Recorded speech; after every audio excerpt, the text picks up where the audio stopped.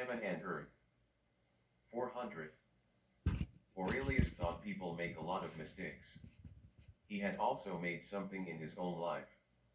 In a book of confessions, he proceeds to self-reflection. In order to focus on the good and God, he says, prayer is the way of life to walk. That's why we have to pray. But either way, he also experiences that everything goes wrong here on earth. And that's all because of the sin of inheritance from the Bible. In the earthly paradise, on the other hand, everything is perfect. Here on earth, power, virtues, and good behavior are not reliable. From now on, Christians begin to believe in terms of prayer, heaven, earth, and hell. We are born here on earth and must pray to give direction to our lives. Still, things will go wrong. After our lives on earth, either go to heaven or hell. If we can go to heaven, everything will be perfect. However, if we have to go to hell, things will look worse.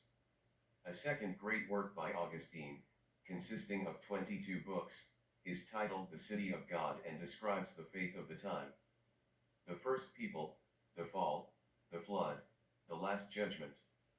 In 410, Carthage is destroyed by the Vandals, but the church of Bishop Aurelius Augustine abandons them. 20 years later, Aurelius dies at the age of 75. He had thought that prayer and faith in God are a greater virtue than the virtues such as winning and success that the Romans envisioned. God has abandoned the Romans. You can see that the world of those Romans revolved entirely around a universe with an eternally intangible world, with the soul, and the earth. And that all fits nicely with the story from the Bible. And that's how we worship God. His name was Augustine. 534.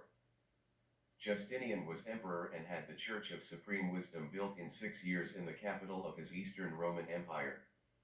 The building was a rectangular basilica combined with the largest dome in the world until 1,000 years later St. Peter's in Rome would be built.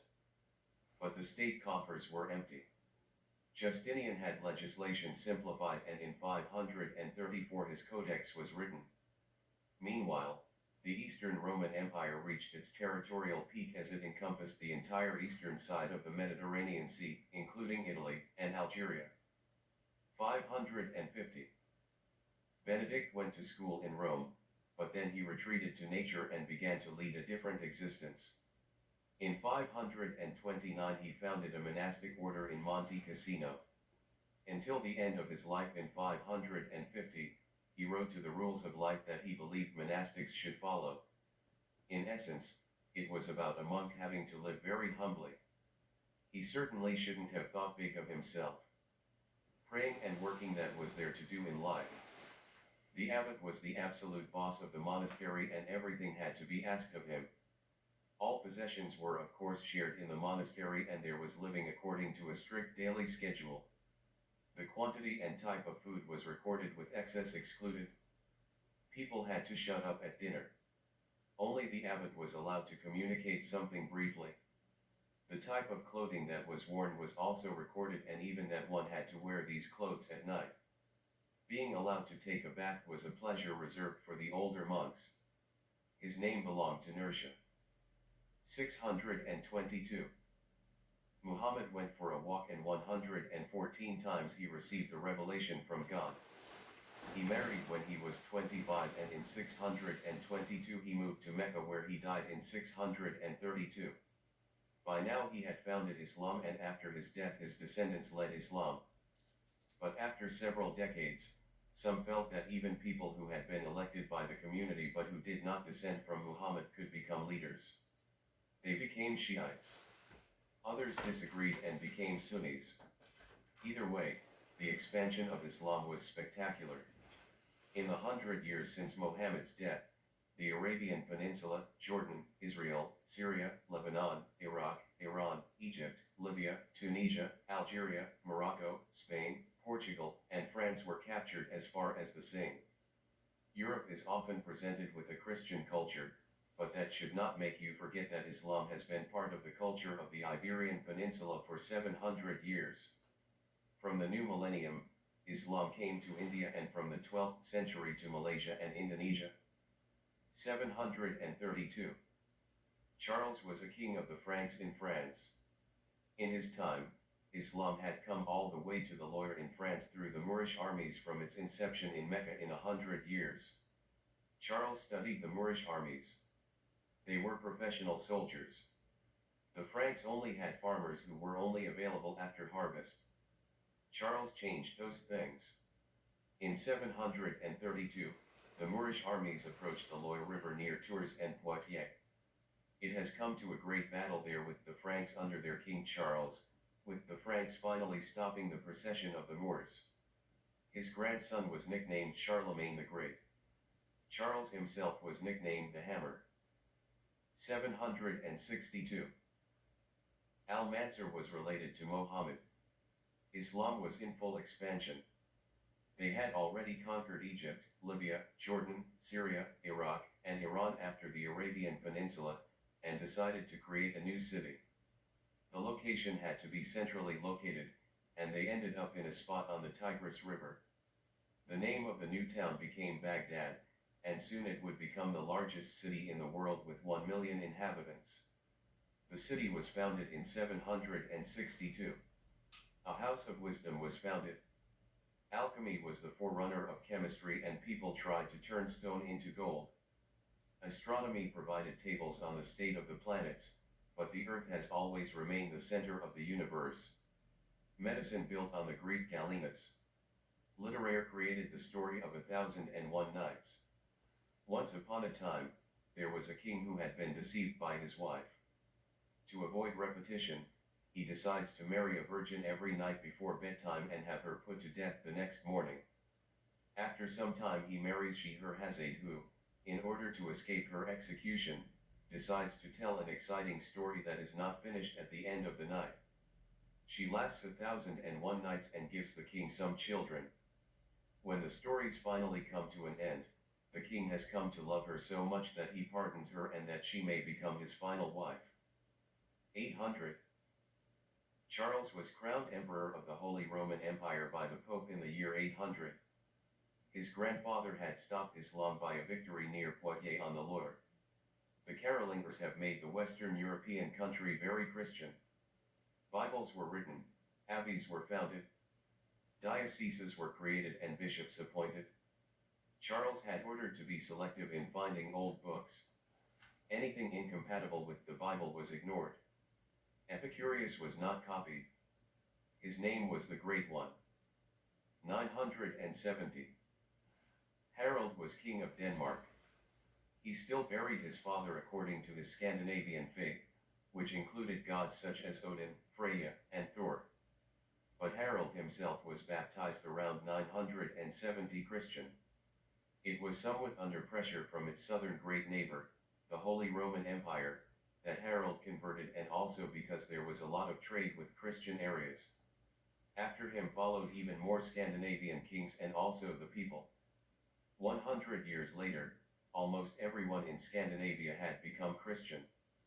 The concrete explanation of the biblical stories was probably much more accessible to the Normans. The dual world of the infinite and eternal besides our material world, with which the Romans had come, has never been able to convince anyone north of the Rhine. But the Bible can do it. Harold's nickname was Bluetoothed, in English Bluetooth. Ericsson has named his technology in honor of this king. 977. Ferdowsi begins writing in Iran to the Shahnameh, translated the Book of Kings in 977. This poetry contains a manual for kings, and it also describes the history of the Persians. It wasn't until 1010 that the book was finished, and to this day it is the longest known poem in the world. For Iranians, this book is their heart and soul. Family issues are described. Loyalty and betrayal. We are here in the core area of where Zoroastrianism once arose, and the words like an almighty and goodness permeate this book. It was only with the advent of Islam around 651 that Zoroastrianism was no longer the religion of Iran, but the wisdom or goodness at the heart of existence has always lived on. 1032. Avicenna lived in Iran during a golden age of Islam, and he wrote a lot, and his work summarizes all the existing knowledge of Plato, Aristotle, Euclid, and Ptolemy, among others.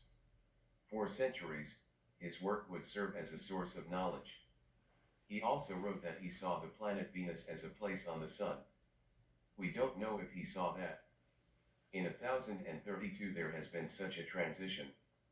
Avicenna's conclusion was that the planet Venus went into an atmosphere around the Earth that is closer than the Sun. He also wrote that he thought the planets themselves radiate light, and also the stars. In its time, it was assumed that the stars reflected the light of the Sun. 1054. Leo was a German who had become Pope in Rome. He felt that it should be done, that there were still churches in southern Italy where no Jesus was worshipped in flesh and blood. Jesus had existed in flesh and blood and was not a spirit, yet was divine like his Father and the Holy Ghost. If those churches wouldn't accept that because they were following the thoughts of the Patriarch of Constantinople, then those churches had to close. The result was that the Latin churches in Constantinople also had to close. A final break between the Christians of Rome and those of the East was the end result. For centuries, Greek was the language of the East and Latin was the language of the West. And also on theological level, there have been profound disagreements for centuries.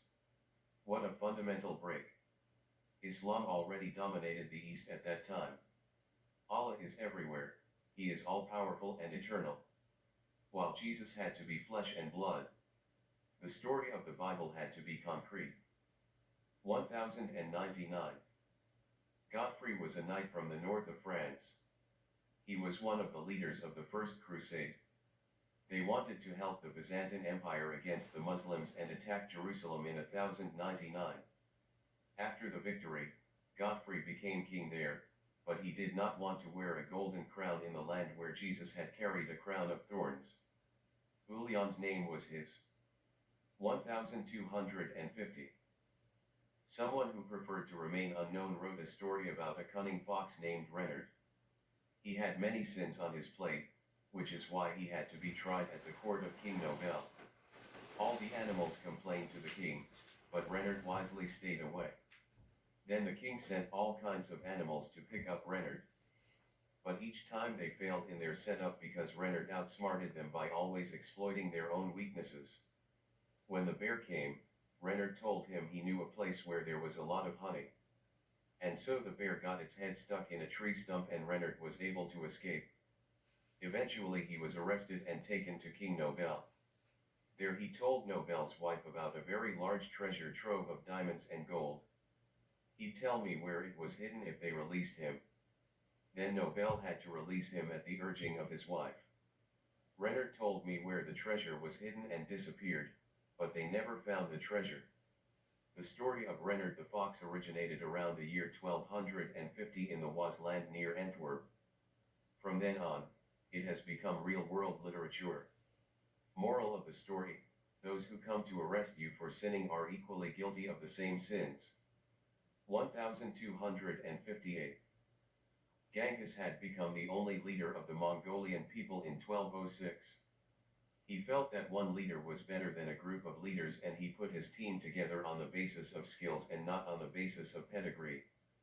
He invaded the Chinese Empire, and burned Beijing down.